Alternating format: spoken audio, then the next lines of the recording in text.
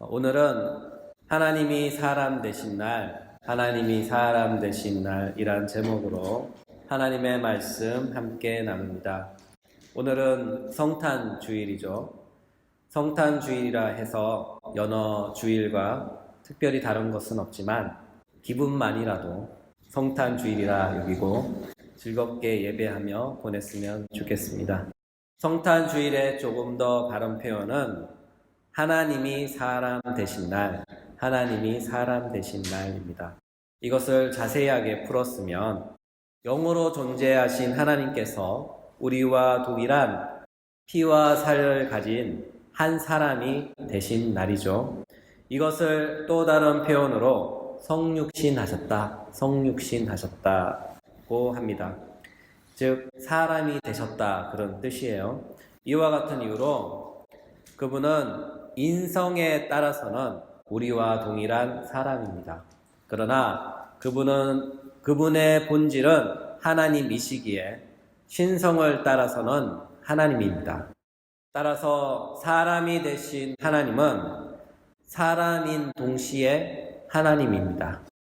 사람이 되신 하나님, 우리는 그분을 예수님이라고 부르죠. 그러므로 예수님은 우리와 동일한 사람이시면서 동시에 그분은 우리와 전혀 다른 존재인 하나님입니다.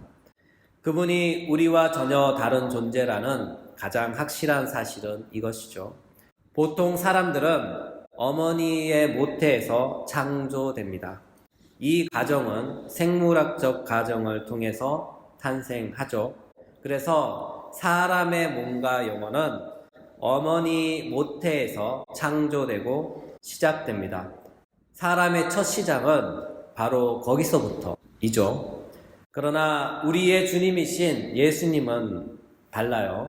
그분의 시작은 영원 전이며 태초입니다. 미가서 5장 2절 후반부 그의 근본은 상고의 영원에 있느니라. 요한복음 1장 1절 태초에 말씀이 계시니라. 이 말씀이 하나님과 함께 계셨으니 이 말씀은 곧 하나님이시라. 요한복음 1장 14절 말씀이 육신이 되어 우리 가운데 거하심에 우리가 그의 영광을 보니 아버지의 독생자의 영광이요 은혜와 진리가 충만하더라.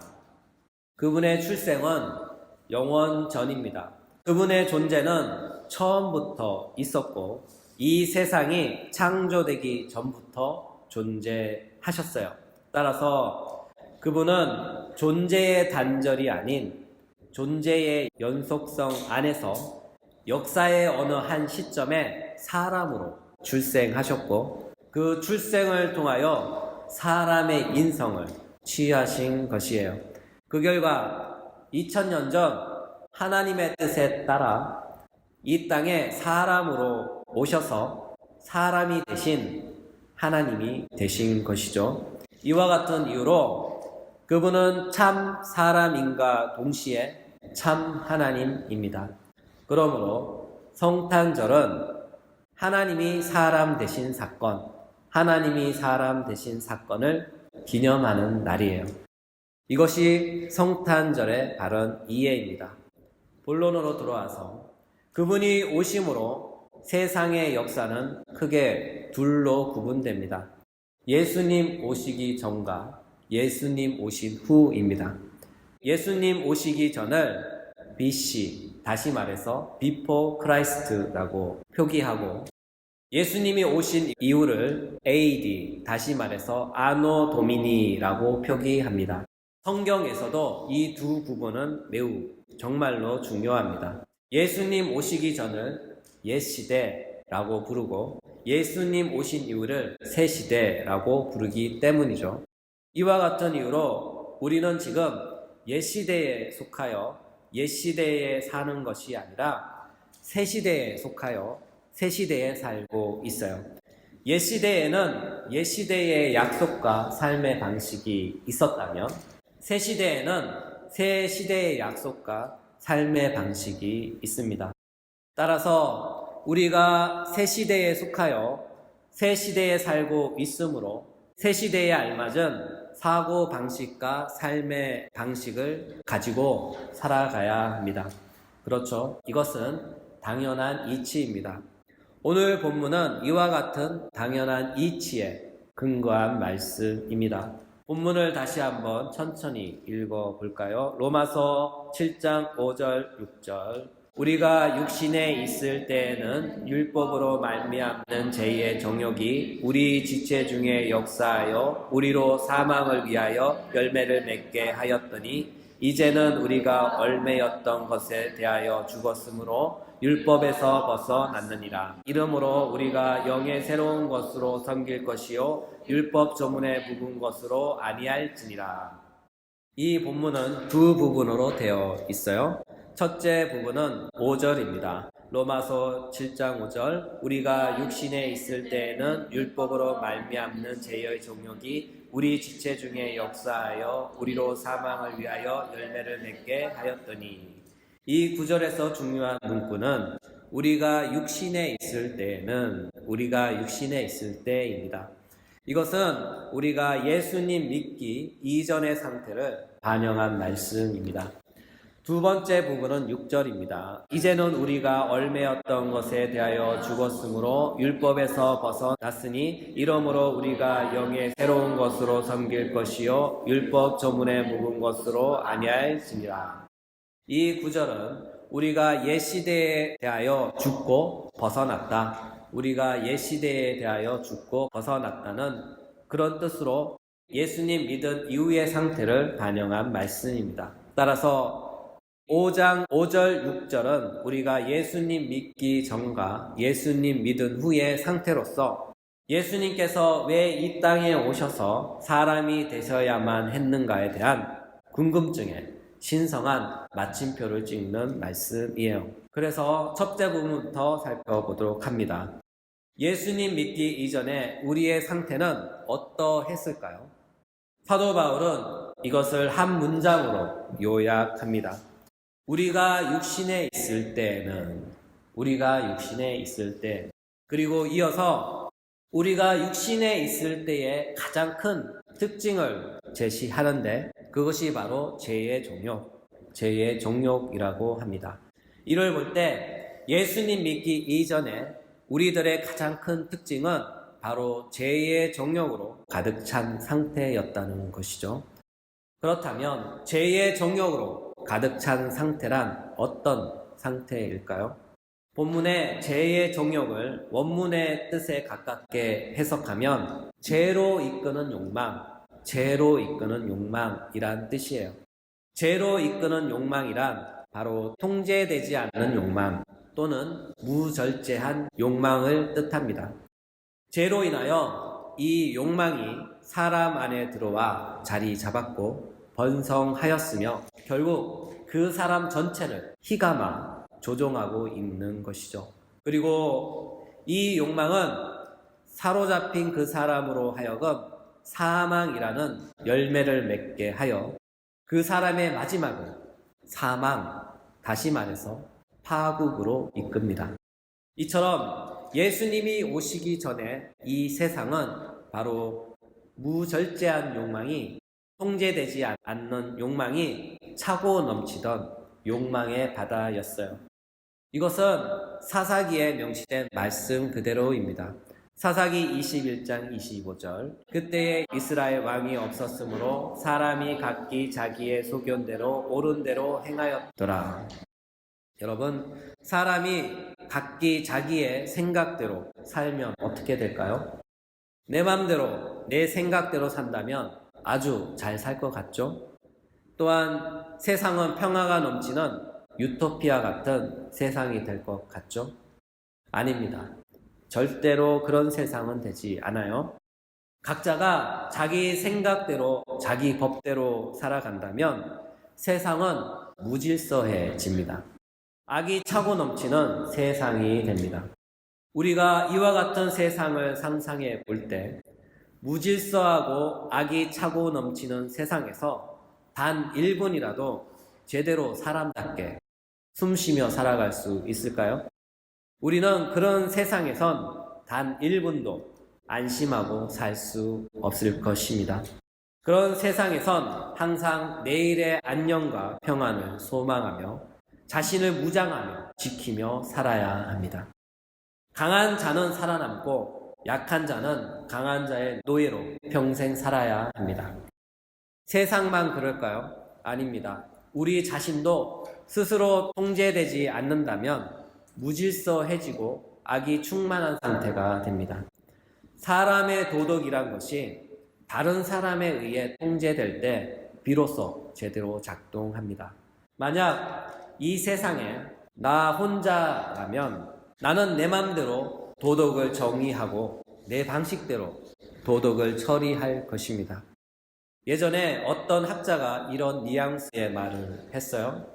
세상에 단 두 사람만이 존재한다고 가정할 때 만약 미움이 발생하면 그 미움으로 말미암아 살인이 일어날 것이다.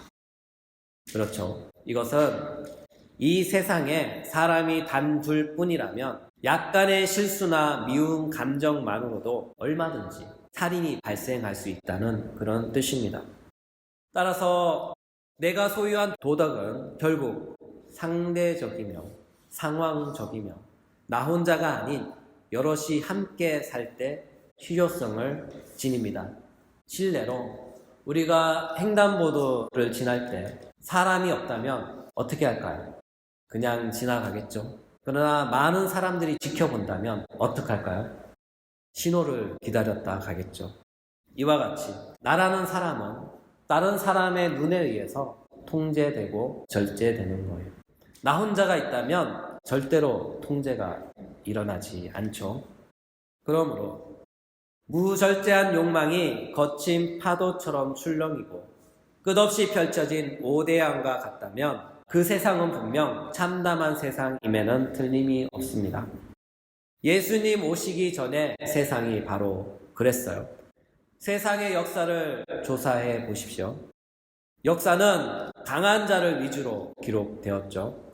아무리 객관성을 갖고 썼다고 했지만 그럼에도 불구하고 역사는 강한 자를 중심으로 서술되었으며 강한 민족을 중심으로 기록되었습니다. 약한 자, 약한 민족은 멸망하였고 강한 자, 강한 민족은 살아남았어요. 지금까지 그랬습니다. 그리고 지금도 그러합니다. 오늘날 세계를 바라보세요. 약한 나라는 언제나 억압받고 비참하게 삽니다. 강한 나라는 큰 소리치며 하고 싶은 대로 다 하며 삽니다. 이것이 세상의 역사입니다. 그러나 예수님이 이 땅에 오신 이후 세상은 놀라운 변화를 겪었어요. 약한 자도 약한 민족도 세상에 존재하며 살아남았다는 것이죠. 아니 더 나아가 약함이 강함을 이기는 놀라운 반전이 일어납니다. 기독교 역사가 그렇습니다. 기독교는 한때 아주 미약한 존재로 로마 제국의 지배 아래 있었으며 로마 제국의 핍박을 받아 로마 제국 밖으로 땅 속으로 숨어서 살았습니다. 그랬던 기독교가 AD 313년 그 강한 로마 제국의 핍박을 넘어서 로마 제국의 국교가 된 것이죠. 약한 것이 강한 것을 삼킨 것입니다. 이것이 기독교입니다. 또 다른 관점으로 기독교 역사를 서술한다면 기독교는 처음에 유대교 안에서 매우 빈약한 존재였어요. 예수님 혼자 이 땅에서 시작하셨죠. 그리고 그와 함께한 12명의 제자가 있었습니다. 이것이 기독교 전체였어요. 기독교는 처음에 이렇게 나약한 모습으로 보잘것없는 모습으로 시작했습니다. 유대교에 비하면 다른 종교에 비하면 매우 초라하고 없어 보이는 아주 작은 모임이었어요.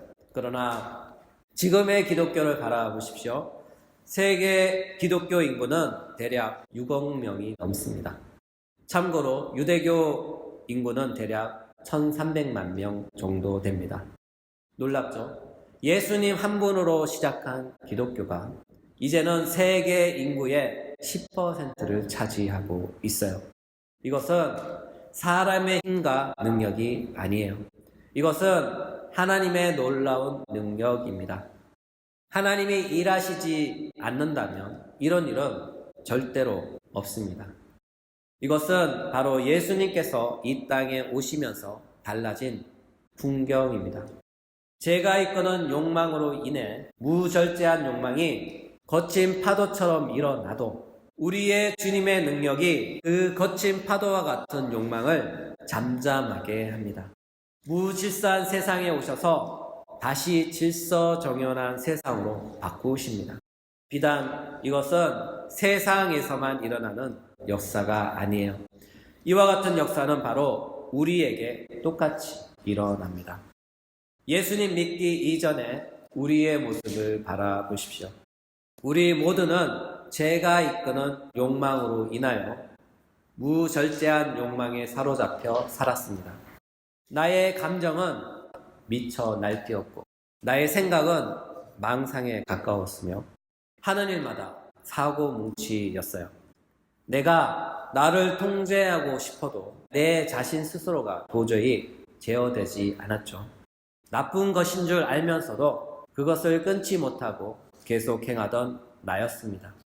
이것은 마치 브레이크가 고장난 자동차와 같았어요. 그랬던 내가 예수님을 만나고 나서 모든 것이 조금씩 통제되고 바뀌어 나갑니다. 우리 안에서 놀라운 변화가 발생한 것이죠. 모든 것이 순간적으로 확 바뀐 것은, 변한 것은 아니지만 조금씩 변화되어 가는 내 자신을 발견할 수가 있습니다. 저의 삶을 보더라도 그렇습니다. 10년 전에 저는 지금의 모습을 도저히 상상할 수가 없었어요. 그때 저는 보잘것없는 사람이었고 사역자로서는 도저히 자격이 없던 사람이었습니다. 그러나 하나님의 은혜가 지금의 제 모습을 이런 모습으로 바꿔놓으신 것이죠. 한 사람의 변화가 눈에 보이는 결과로 나타나는 데에는 꼬박 10년이나 걸렸습니다. 그러나 우리가 볼 때에는 10년이라는 시간이 매우 긴 시간처럼 보이지만 하나님이 보실 때 하나님의 시간 안에서는 매우 짧은 시간입니다. 그렇죠? 하나님의 영원이라는 시간의 관점에서 보면 10년은 순간도 아닙니다. 불교 용어를 빌리면 10년은 그냥 찰나의 찰나입니다. 우리가 예수님을 믿고 예수님의 사람다운 모습이 나타날 때까지는 이처럼 시간이 걸려요. 몇몇 아주 특별한 예외의 사람들이 있긴 하지만 보통 이렇게 시간이 걸립니다. 이것은 예수님 믿은 이후 우리 안에서 제가 이끄는 욕망이 조금씩 정복되어 가는 과정입니다. 무절제한 것들이 하나씩 절제되어 가고 무질서한 것들이 하나씩 질서를 잡아가는 것이죠. 이와 같은 과정을 다른 표현으로 성화되어 간다 또는 거룩해져 간다라고 합니다. 따라서 예수 믿은 우리는 성화되어 가며 지금도 성화되고 있으며 앞으로도 완전히 성화될 것입니다. 달리 표현하면 예수 믿는 우리는 거룩하며 지금도 거룩해져 가고 앞으로 완전히 거룩해질 것입니다. 이 모든 것이 우리 주 예수 그리스도께서 이 땅에 오심으로 되어진 일입니다. 특히 나의 인생 가운데 찾아오신 주님으로 말미암아 지금 나에게 발생하는 일이며 완성될 일입니다. 오늘의 말씀을 정리하겠습니다. 오늘은 하나님이 사람 되신 날이란 제목으로 하나님의 말씀 함께 나누었습니다. 하나님은 죄로 인해 죄된 세상을 구원하시기 위해 한 구원자를 이 세상에 보내셨어요. 그분은 삼위 하나님의 제2위격이시며 영원한 말씀이셨지만 우리를 구원하시기 위해 우리처럼 살과 피를 가진 사람이 되신 하나님입니다. 그분이 사람이 되셔야만 했던 이유는 율법의 저주로부터 우리를 구원하시기 위해서입니다. 그래서 그분이 오셨던 것이죠. 이 날을 기념하는 날이 바로 성탄절입니다. 따라서 우리는 성탄절의 바른 이해를 갖고 성탄절의 바른 의미를 병개한 사상들을 배척하며 주님 오실 때까지 성탄절의 참된 의미를 되새기며 감사하며 지키며 살아가시는 주님의 백성들이 되시길 예수님의 이름으로 축복합니다.